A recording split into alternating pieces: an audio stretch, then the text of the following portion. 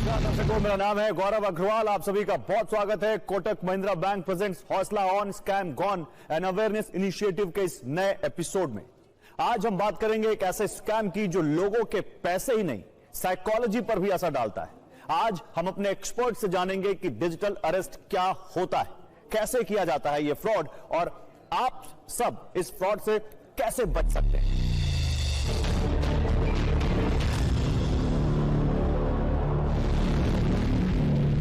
Digital arrest एक ऐसा शब्द जिसने हजारों लोगों को अपना निशाना बनाया। सिर्फ अनपढ़ या गरीब ही नहीं, बल्कि अच्छे खासे पढ़े लिखे और पैसे वाले लोग भी इस डिजिटल अरेस्ट का शिकार हो चुके हैं।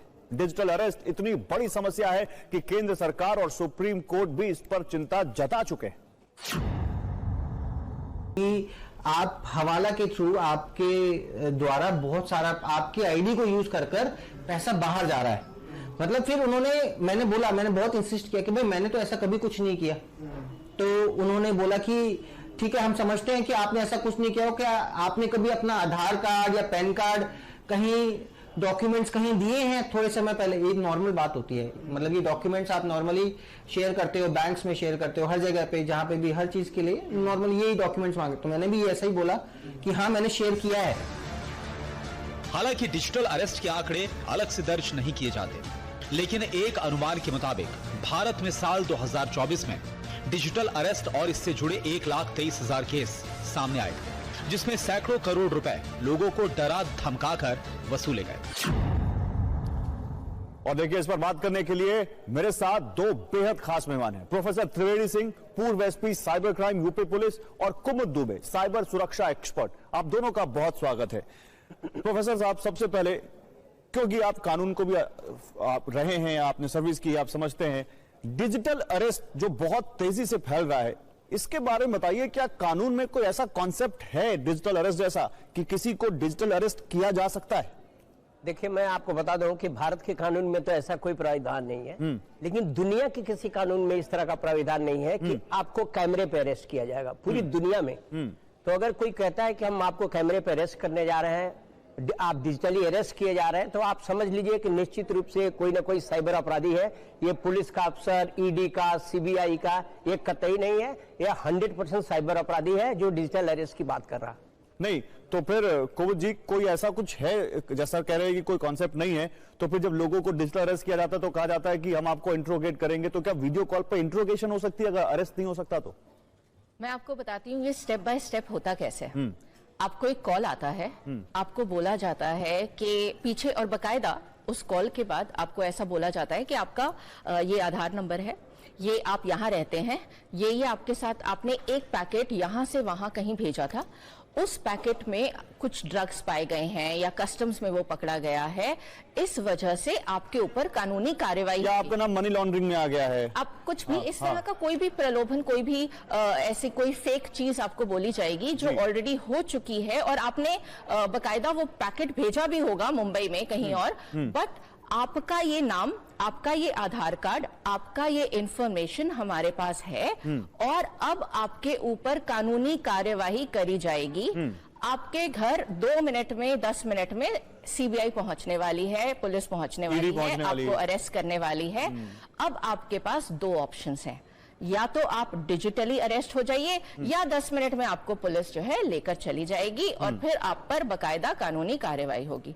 वहीं से आपका, पहले तो उसने ट्रस्ट जीता, आपको आप ही के बारे में कुछ इंफॉर्मेशन बताई।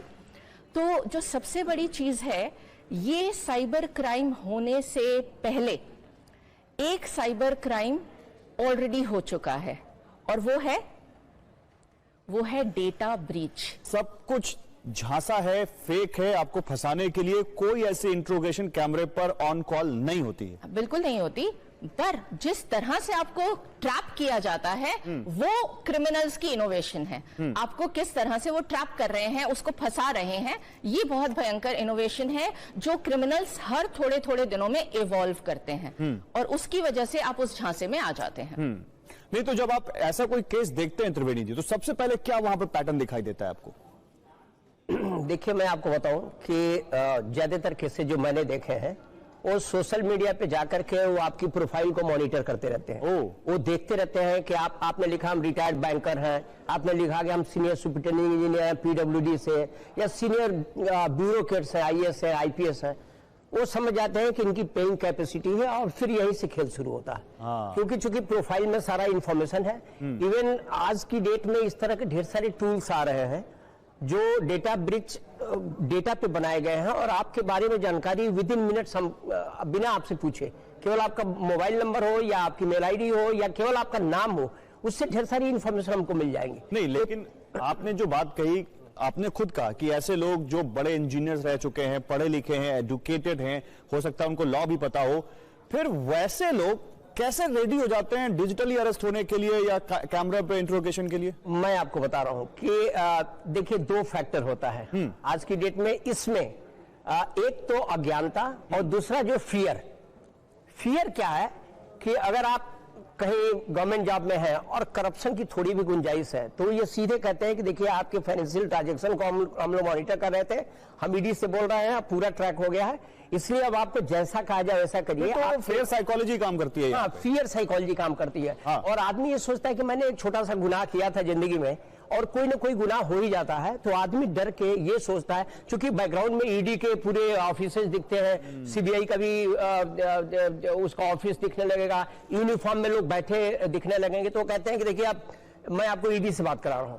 नहीं तो क्या आपको लगता है कि ईडी ही वो एजेंसी है जिसको सबसे ज्यादा यूज किया जाता है? कौन सी एजेंसी आपको लगती है जो सबसे ज्यादा? देखिए डिजिटल अरेस्ट में सबसे ज्यादा वो यूज करते हैं ईडी को और सीबीआई को। ओके। और लोकल पुलिस के अफसर भी पुलिस यूनिफॉर्म में रहते हैं, वो कहते हैं कि हम आ रहे हैं आपके यहाँ अरेस्ट करने के लिए, तो चूंकि यूनिफॉर्म में देख करके वो डर जाते हैं और सीबीआई और ईडी के नाम पे सबसे ज्यादा ब्लैकमेलिंग होती है। ये बड़ा आपको ध्यान से सुनना है कि ईडी, सीबीआई या कोई पुलिस अधिकारी बनकर आपको कॉल कर रहा है तो कॉल पे बिल्कुल उससे एंटरटेन मत करिए, बोलिए ठीक है आप जहां चाहते हैं हम अपने वकील के साथ आते हैं, जो भी आप कर सकते हैं हमारे एक्सपर्ट बताएंगे।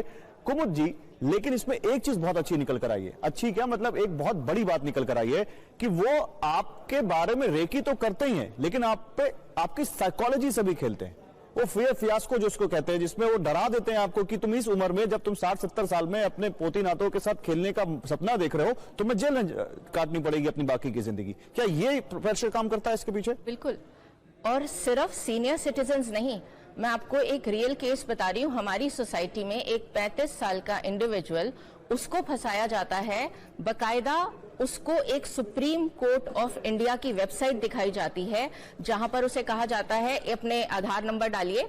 वो आधार नंबर डाल के जब आगे बढ़ते हैं वहां पर बकायदा उनके नाम की एक एफआईआर होती है। और फिर वो एफआईआर देखकर वो मतलब कोई भी आम इंसान जिसने बेचारे ने अपना रोजी रोटी 9 से 5 की नौकरी में वो जी रहा है, उसको अगर ऐसी एफआईआर दिखेगी, और हमने एक टूल के थ्रू ये पता लगाया कि वो सुप्रीम कोर्ट ऑफ इंडिया की वेबसाइट एब्सोल्युटली वो 45 दिन पहले उन्होंने बनाई, और मतलब जहां से वो हमें समझ में आया कि ये हो क्या रहा है। ये कुछ इनिशियल डेज में इस तरह से वो आपको ट्रैप करते हैं, वही तो। और फिर आपको वीडियो कॉल पे लेकर, पीछे इधर अंबेडकर जी की फोटो है, इधर गांधी जी की फोटो है, 2 पुलिस वाले यहाँ बैठे हैं, आपका साइकोलॉजी को पूरा ध्वस्त कर देते हैं। वो एकदम आपका इस तरह से माइंडसेट हिला देते हैं कि आपको उनके ऊपर विश्वास करने के अलावा और कोई चारा ही नहीं समझ में आता। सर ये लोग कौन होते हैं, इनकी ट्रेनिंग कहाँ होती है, और ये मतलब लोकली होते हैं किसी इंटरनेशनल गैंग से जुड़े होते हैं, कौन होते हैं लोग? देखिए मैं आपको बता रहा हूँ कि जैसा ये बता रही हैं,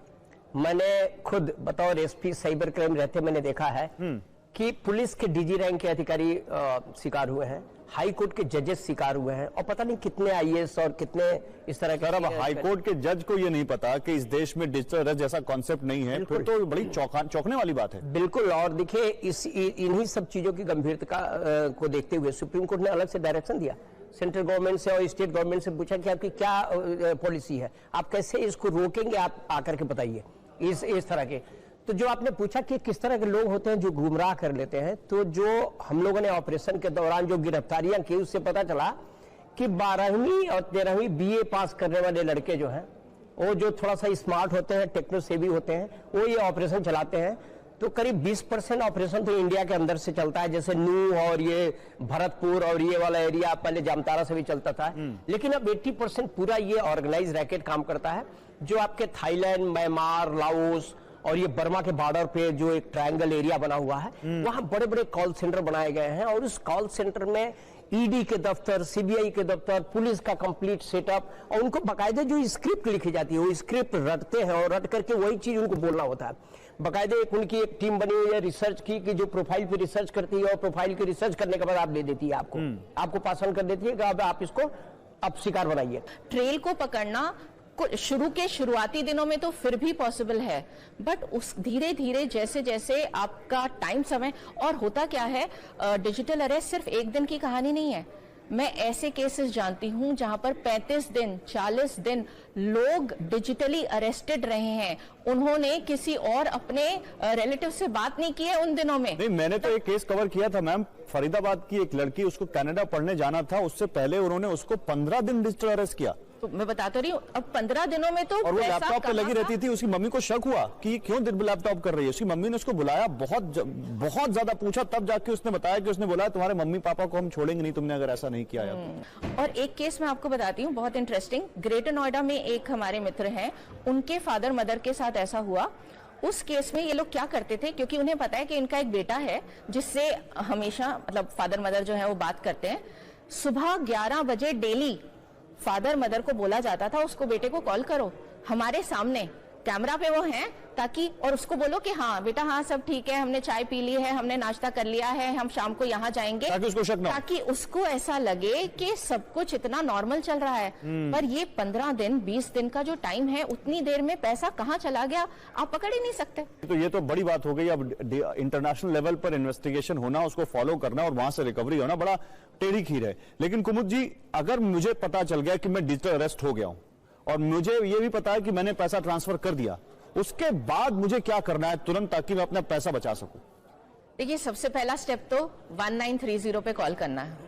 वहां पर जितना पैसा कम से कम फ्रीज, साइबर क्राइम हेल्पलाइन, जितने टाइम में फ्रीज हो सकता है उसको कम से कम फ्रीज कर दिया जाएगा। तो ये जो मैं आपको ग्रेटर नोएडा वाला किस्सा बता रही हूँ, इसमें फ्रॉड जो हुआ 2.5 करोड़ का हुआ।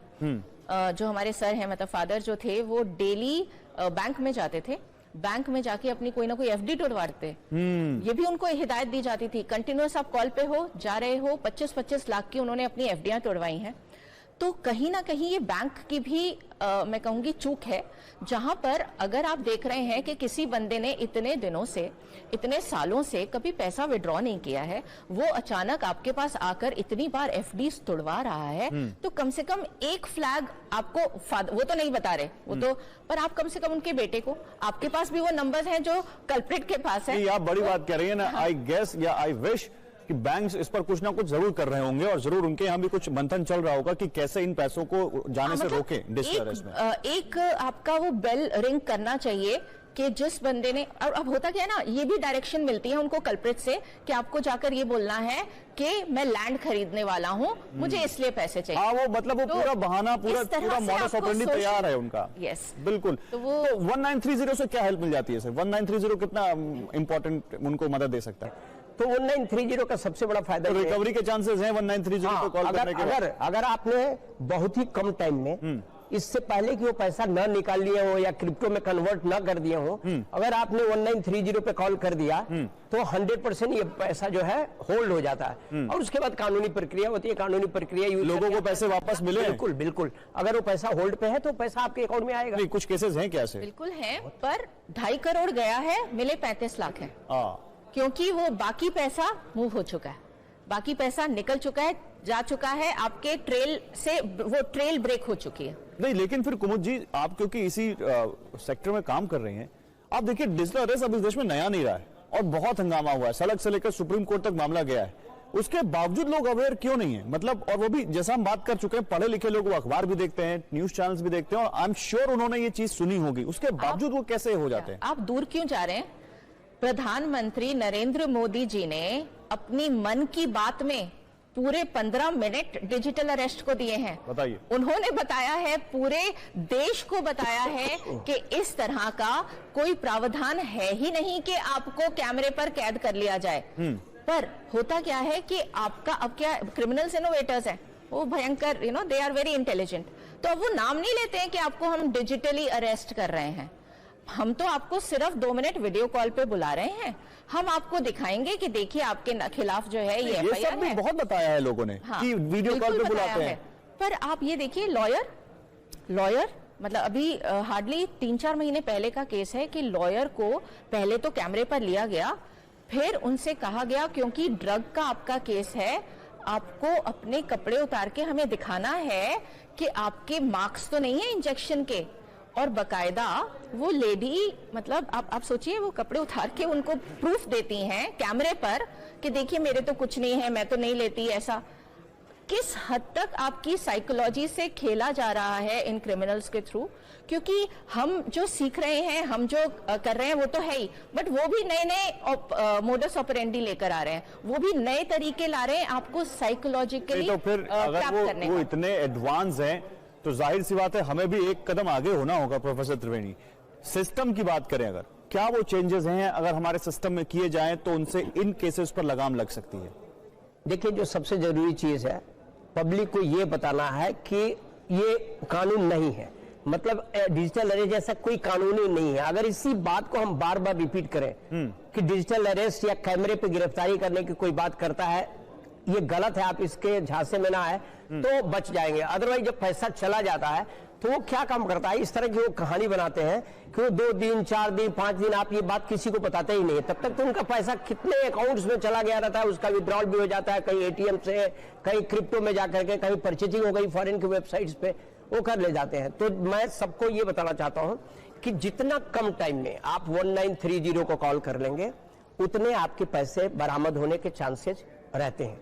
और मैं दूसरी बात ये बताऊं कि 1930 अपने आप में कंप्लीट नहीं है। दूसरा स्टेप 1930 पे नोट कराने के बाद तुरंत आप cybercrime.gov.in पे जाकर के, ये गवर्नमेंट ऑफ इंडिया की वेबसाइट है, इस पे जाकर के खुद अपने मोबाइल फोन से आप कंप्लेंट कर सकते हैं।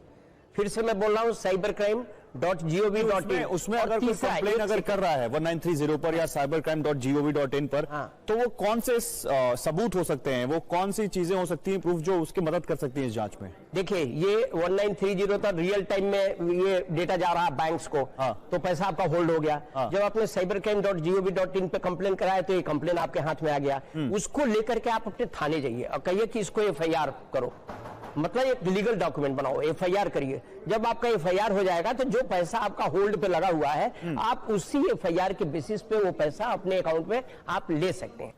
देखिए, जैसे ही आपको ये बोला जाए ना कि आप किसी को कॉल नहीं करेंगे, आप किसी को नहीं बताएंगे, ये सबसे बड़ा रेड फ्लैग है। कि पुलिस भी है, मैं अरेस्ट भी हो रही हूँ, मेरे जेल भी जा रही हूँ, मैं जेल जा रही हूँ, मैं क्यों अपने बच्चों को नहीं बताऊंगी कि मैं जेल जा रही हूँ? सही बात है। ये सबसे बड़ा रेड फ्लैग है कि आप क्यों मुझे बोल रहे हैं कि मैं किसी को भी ना बताऊं, मैं किसी से भी बात ना करूं। तो मतलब मेरा तो कहना ये है कि मैं अगर असली वाली तिहाड़ जेल में भी जा रही हूं तो मैं सबसे पहले अपने लॉयर को बताऊं, या अपने बच्चों को बताऊं, या अपने रिश्तेदार को बताऊं, या अपने माँ बाप को बताऊं। ये तो मेरा सबसे पहला हक है। ये तो आपका फर्स्ट रेड फ्लैग वो है। दूसरा रेड फ्लैग है, कभी भी पैसा कोई भी मांगे, वहां पर आपको सचेत हो जाना है कि पैसा क्यों देना है मुझे, मैं अरेस्ट हो रही हूँ, मेरे से गलती हुई है, मेरा कोई फ्रॉड हुआ है, मुझे सबसे पहले पैसा देकर वो क्यों टालना है? और अगर टालना है तो आप मुझे उस चीज का भी मतलब कम से कम अपने लॉयर से तो। जो आपको अरेस्ट करने आया वो आपका हितैषी कैसे है? हाँ, वो आपका वो कैसे बन गया कि नहीं ये मैं आपको बचा लूंगा? हाँ, मैं आपको ये इतने पैसे दे देंगे तो मैं आपको सीबीआई तक केस नहीं जाने दूंगा। अभी तक तो मैंने लोकली संभाला हुआ है, अब डरिए मत, मैं यहाँ पर संभाले हुआ हूँ। पहला लेवल मैंने क्लियर करा दिया है, मैं अगले लेवल पे इस केस को नहीं जाने दूंगा। बट वही है कि उस समय आपका माइंडसेट कैसा है, थोड़ा सा हौसला अपना बनाए रखना है, तभी आप इस काम से बच सकते हैं। जरूरी है। Thank you so much ma'am, आपका सब बहुत शुक्रिया आपका हमारे साथ जुड़ने के लिए। तो कोटक बैंक अवेयरनेस इनिशिएटिव हौसला ऑन स्कैम गॉन, कोशिश यही थी कि आपको डिजिटल अरेस्ट और दूसरे जो साइबर क्राइम है उनसे बचाएं और आपको आपके मेहनत का पैसा ना खोने दें। फिलहाल दीजिए इजाजत।